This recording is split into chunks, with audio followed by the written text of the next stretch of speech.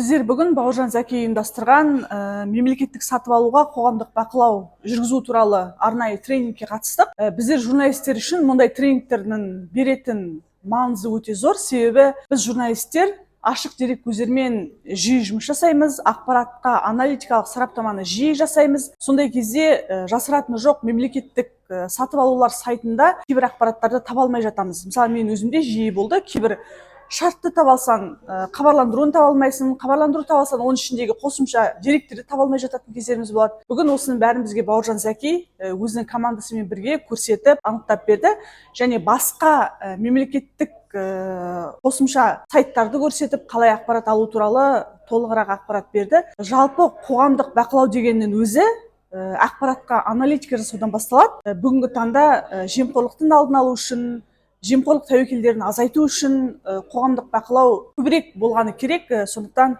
біздер журналистер мұндай жұмыстардан тыс қалмауымыз керек деп есептеймін. Бүгін біздер деген мен есімім Өтепов Сатай, Абырой қоғамдық бірлестігімен мына бүгін тренинг семинарға қатысып жатырмыз.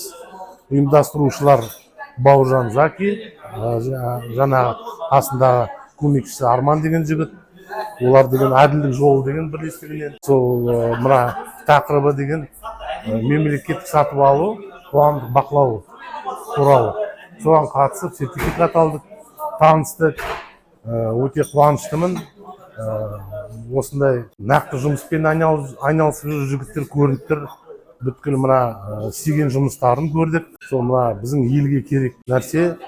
Сол қолдаймын. Сол мына болашақта тағы да осындай семинарларға қатысып, осындай мына іс-шараларына қатысуға болады. Рахмет. Сертификат алдық, бәрі жақсы өтті. Жігіттер өте сауатты, көрініп тұр.